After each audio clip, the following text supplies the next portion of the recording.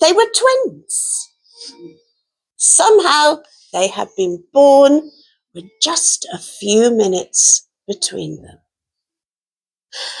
And as they grew, they looked exactly the same smile, the same twinkling eyes, the same hair.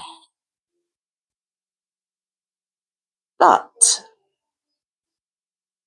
as they grew to be young men, a change began to happen. Because one of them, whatever he saw, he wanted for himself. And the other, whenever he saw that somebody needed help, he got into his pockets and he gave them everything he had. And so as they grew a little older, the one who took everything grew fatter and fatter and fatter. And the house that he lived in grew bigger and bigger and bigger. But the one who gave everything away grew thinner and thinner and thinner, and the house that he lived in was only just big enough for himself and his wife. And when people saw how different they were behind their backs, they used to call them Mr. Patala and Mr. Mota. And Mrs. Patala, Mrs. Mota and Mrs. Patala. But they lived next door to each other, and time went on, and it was nearly the festival of Eid. And Mr. Mota, he had got himself everything because he wanted to show where they lived, how wonderful, how successful, how marvelous he was. And not only did he kill some lambs, but he killed a great big cow as well. But Mr. and Mrs. Patala, they opened the cupboards. There was nothing there. They had no food even for themselves, and they wanted to have a feast to invite their friends. And Mrs. Patala said, "You'll have to go to your brother. Can you just ask him if we could just have a little bit of food?" Very well. Now, I have to tell you something about Mr. Patala. He was such a kind man that he did everything that people told him to do. If his wife said, "Go next door to your brother," he would go immediately. And immediately he did, and he knocked on the door. And Mrs. Mota, who was looking out of the window, said, "It's your brother again. We're having a feast. Send him away, jelly dough." And he said, "Well, I've got to give him something. Just give him the scraps." So Mr.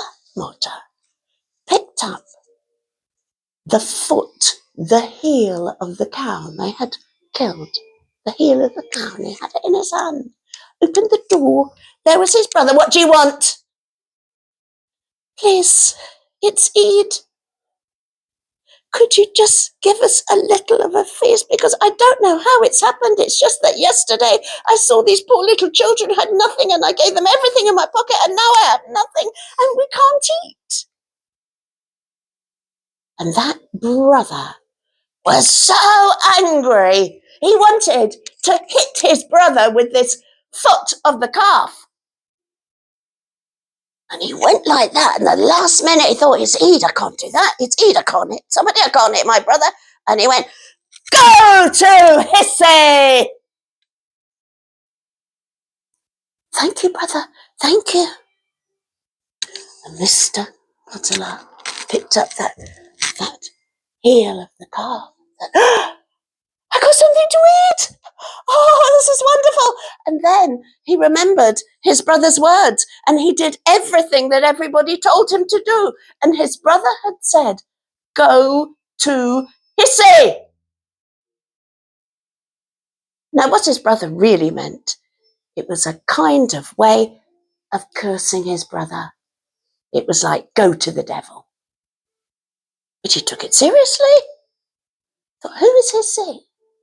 He looked around and he said, Hissy is a kind of raksha that lives in the middle of the woods way down there. You have to go in a boat to get there. So he found a boat. He rowed himself there and he got to this deep, dark wood like a jungle. It was a jungle.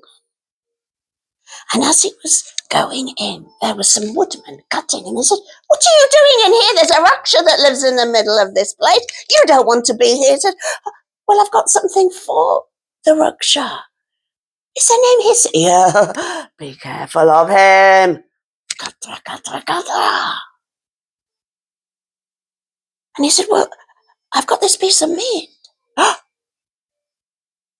You've got meat for the Raksha?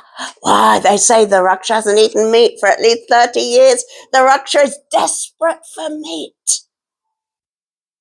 Don't give the Raksha the meat until you get his big millstone in return. I've got to give away my meat that I want to eat for a grotty old stone? Yes? Oh, all right then.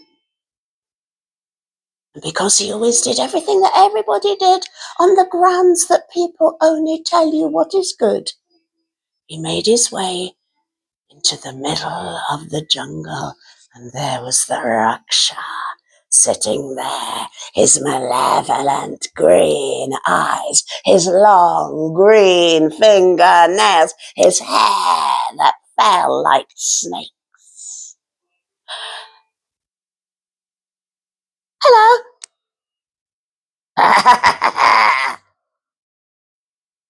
Have you come here so I can eat you?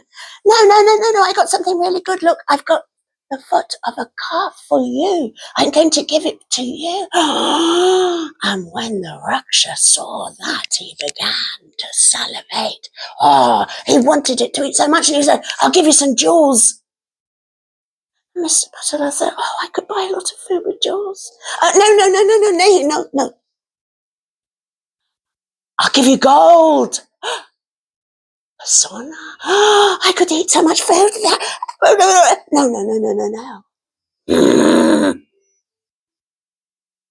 Very well. I'll give you my millstone. Yes, please. Shukriya. Thank you.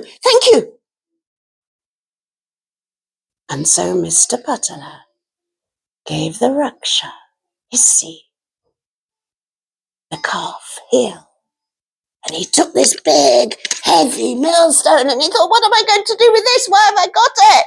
And the Raksha said, I suppose I better tell you about this. If you say to the millstone, please give me whatever I need, it will give it to you. And when it has given whatever you want, you must say these words. Bahut Shukriya, you have given me what I need. So he picked up this big stone and he staggered his way back through the jungle to the boat, put it in the boat, managed to row back, picked it up, staggered into his house where Mrs. Butler was waiting. And what's that? We need food, not a big old, we need food, not a big old stone. Look, what do you want right now? I want an Eid feast. And so Mr. Butler said, Millstone, millstone, give me what I need, a feast for Eid. And suddenly there in that tiny little room, there was so much food that it was more or less pushing the walls out. And he said, well, my house isn't big enough. And he said, Bahut Shukriya. I have what I need. And then he said, millstone, millstone, give me what I need, a big house so I can have a party for Eid. And suddenly there he was in the most wonderful house. And they opened the door and all their friends came and they ate and they laughed. And he didn't once forget to say, Bahud Shukriya. Thank you. I have what I need. And of course, Mr. and Mrs. Mortar next door peeped out and saw that his brother had a house bigger than theirs, and all those people were going in, and they were leaving smiling and laughing, and clearly had lots and lots of Eid party food. So what's going on? How's he got all this? What's he done? Why haven't I got it? So they came next door, pretending they wanted to be at the party. And his brother said, come in, come in. Etfadalo, come in. Eat, eat, drink, enjoy yourself, dance, dance. They did.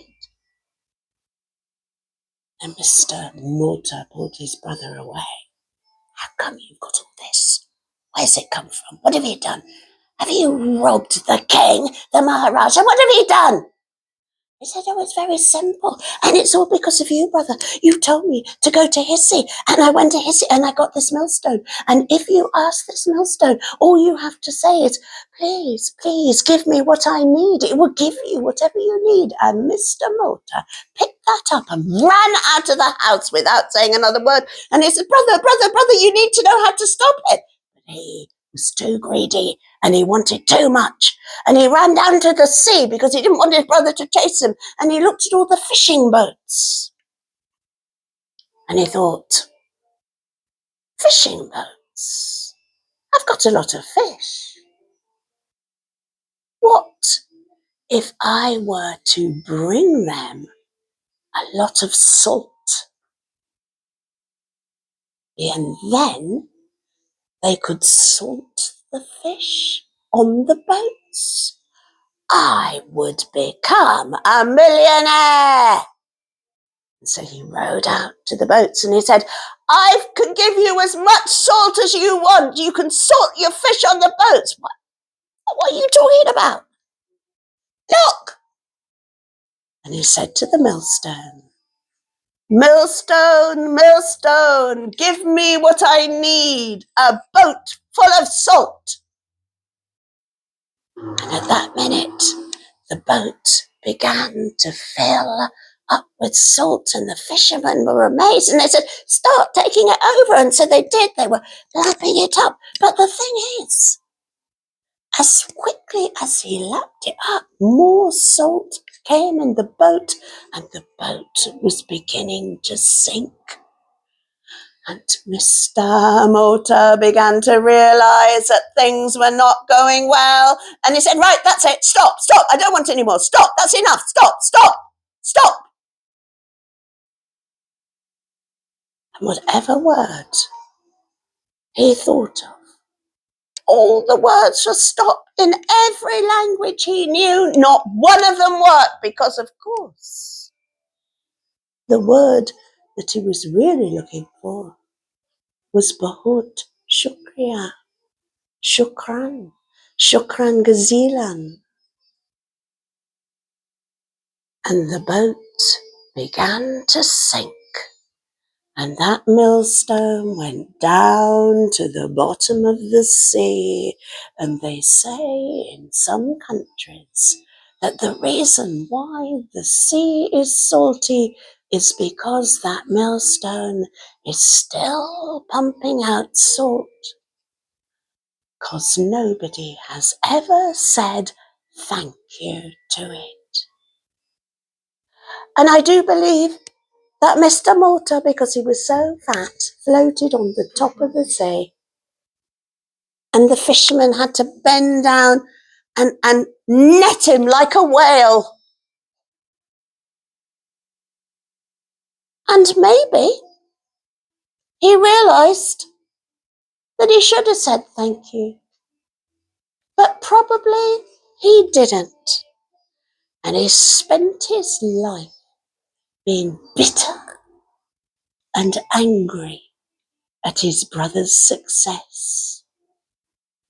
But Mr. Butler, he never actually grew fat because he spent all his time giving everything he had, just as he did, to all of everybody who needed it. But he never forgot that whenever there was an Eid or a party or a festival, it was time to enjoy yourself. And throughout his life, he never, ever forgot to say, Bahut Shukriya, I have all that I need. Kahani Khatam Hogi.